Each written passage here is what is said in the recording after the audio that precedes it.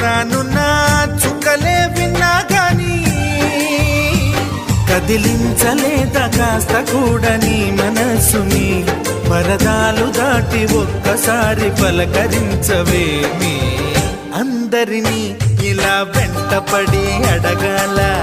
సరదాగా నువ్వే ఎదురైతే సరిపోదా నిద్రపోతున్న రాత్రి నడిగా గుటికి చేరిన గువ్వల నడిగా